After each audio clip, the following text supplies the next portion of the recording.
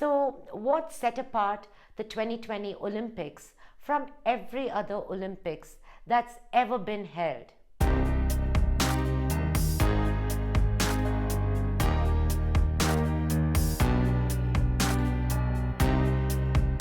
Hi everyone, welcome to the Humane Factor. I'm Namrita, a human rights lawyer and activist. The Olympics, which was held in Tokyo this year, has been different from every other Olympics. The pandemic has opened us up to social issues more than ever and has infused us with a sense of kindness and empathy. And that was reflected in the Games this year. Instead of focusing purely on competition, this year's Games were different in that it wove social issues into its theme. One of the three core concepts of the Tokyo 2020 Games vision was unity in diversity. It was incredible to watch how this unfolded before us. I feel like we're finally moving in the right direction. The International Olympic Committee, or the IOC, played a remarkable role in steering the Olympics towards that path, one that we've needed to tread on for a while, but we've just not been able to till now. Given everything that's going on with the FIFA World Cup 2022, which I spoke about recently, it's refreshing to now see a humanitarian dimension to sports. So, what set apart the 2020 Olympics from every other Olympics that's ever been held? How did race, gender, and mental health intersect with the Games and play out on the world stage? Now, one of the many different things about this year's Olympics was that it prioritized mental health above everything else. For decades, athletes have been told to shake it off or toughen up. They've been told to set aside the doubt or the demons and focus on competing and winning. But not this year. When 24-year-old Simone Biles pulled out of the women's gymnastics final to focus on her mental health, she received an outpouring of support from several people, ranging from former First Lady Michelle Obama to IOC President Thomas Bach, who praised her courage. Take a look at this clip. For Simone, I can only say, we are with her. And we wish her well. And I must personally say, I had the opportunity to at least briefly talk with her after the team competition. That I'm really admiring how she's handling the situation. That on the one hand,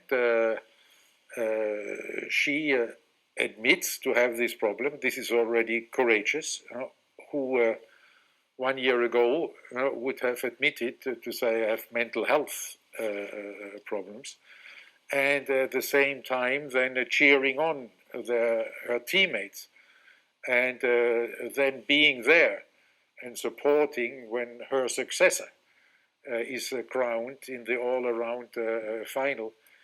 This is, great human quality, and this is Olympic spirit at its best. Now, she wasn't the only one. Earlier this year, tennis star Naomi Osaka stepped away from press conferences and then tournaments to protect her mental health. Of course, both Naomi and Simone received their share of backlash because, as we all know, one can't please everybody, and we can't have a world without idiots. But the important thing is that they did what was best for themselves, and people showed their support. The media was kind to them for the most part. Now, athletes are put under a lot of pressure in general. Aside from rigorous training and facing the usual pressures of competing, they're also subject to constant media scrutiny. And this year, they've had to deal with the additional challenges brought on by the pandemic, the fear of catching it, the isolation, and participating without an audience.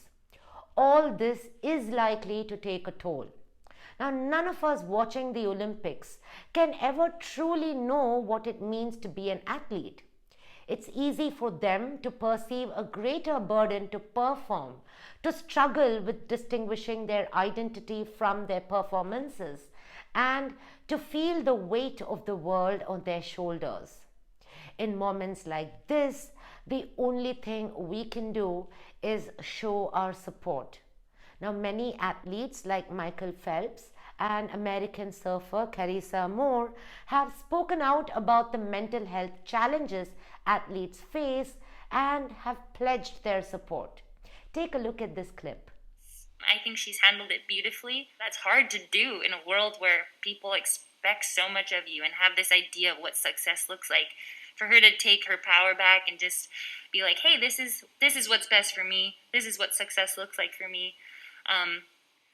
That's really hard. We are finally evolving in our discussions about mental health.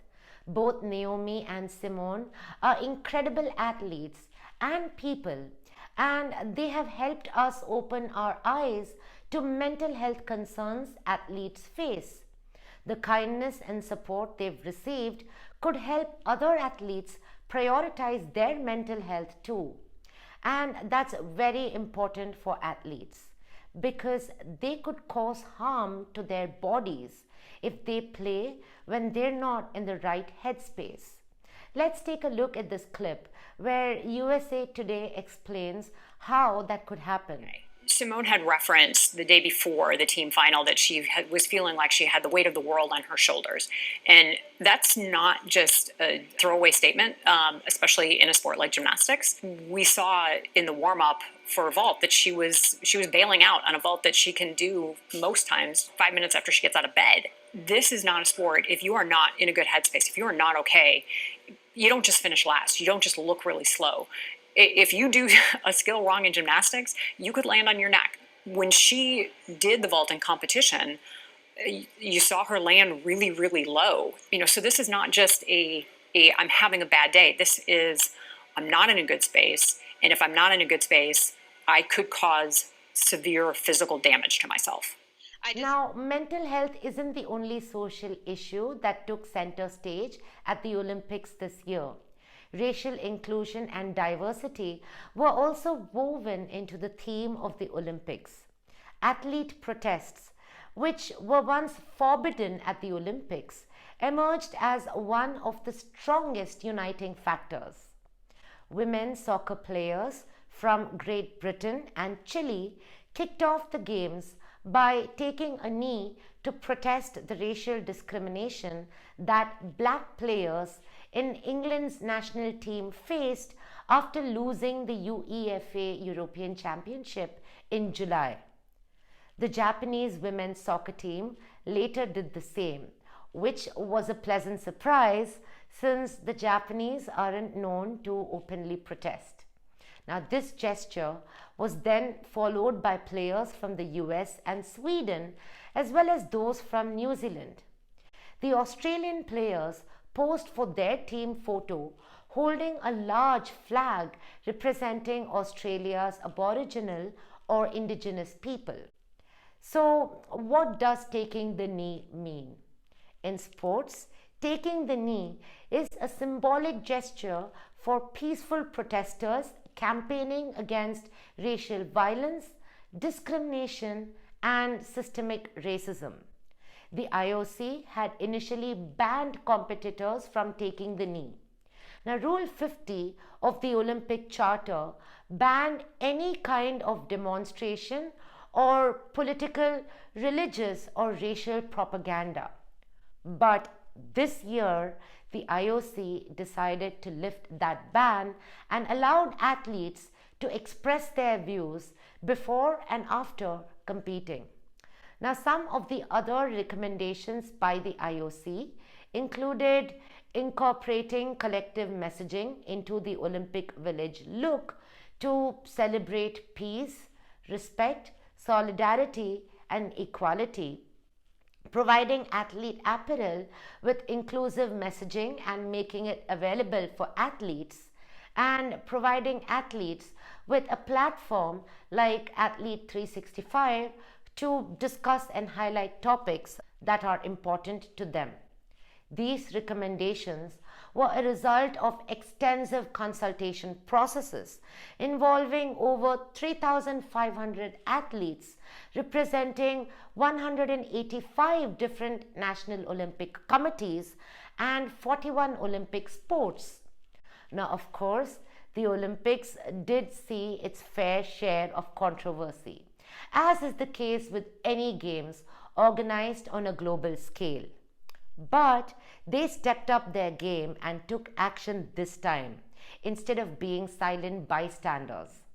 For instance, the German Cycling Federation sports director, Patrick Moster, was suspended and sent home after using a racist slur during the men's trial.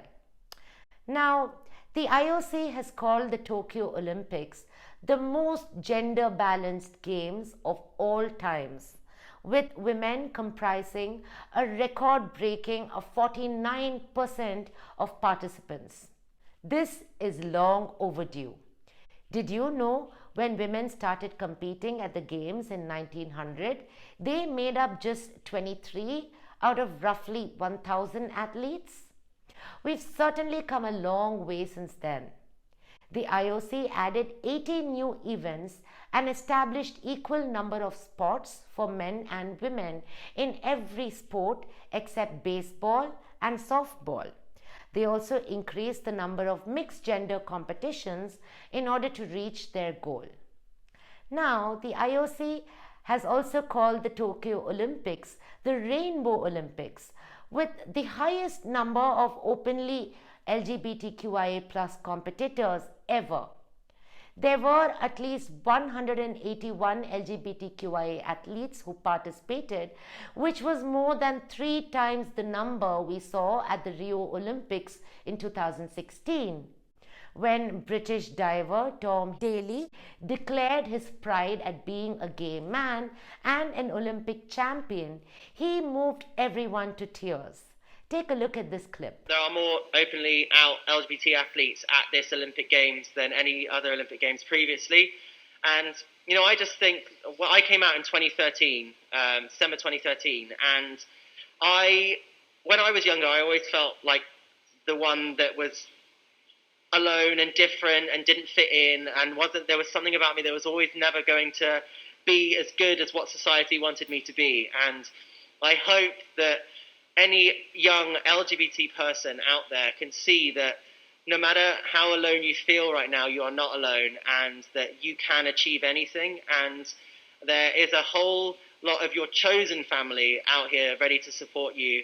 And I think it's one of those things that I feel incredibly proud to say that I am a gay man and also an Olympic champion. And I think it's something that I feel very empowered by that, because, when I was younger, I thought that I was never going to be anything or achieve anything because of who I was. And to be an Olympic champion now just shows that you can achieve anything. Now, the Tokyo 2020 Games also had several trailblazers making history as the first openly trans and non-binary athletes to participate in an Olympic Games. Trans athletes were able to participate in the Olympics since 2004, but none had done so openly until this year. Quinn, a midfielder on the Canadian women's soccer team who identifies as non-binary, made history as the first openly transgender competitor in an Olympic Games.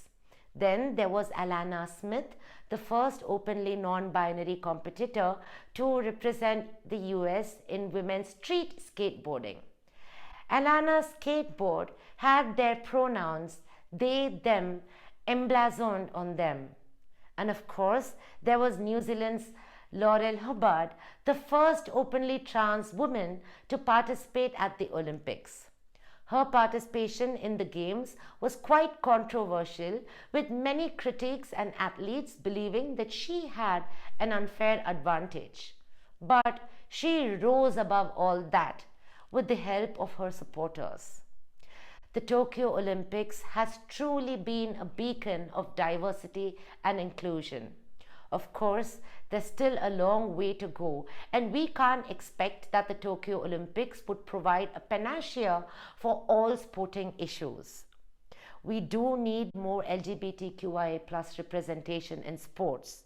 Women still lack equal opportunities and funding in sports, and there should be more focus on racial inclusion and athletes' mental health during the Games.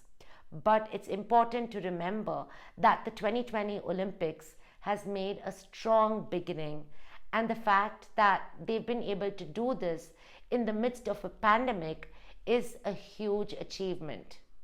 This will definitely change the future of all sporting events as we continue to learn to accept everyone with love and kindness. Wait, I'm not done yet.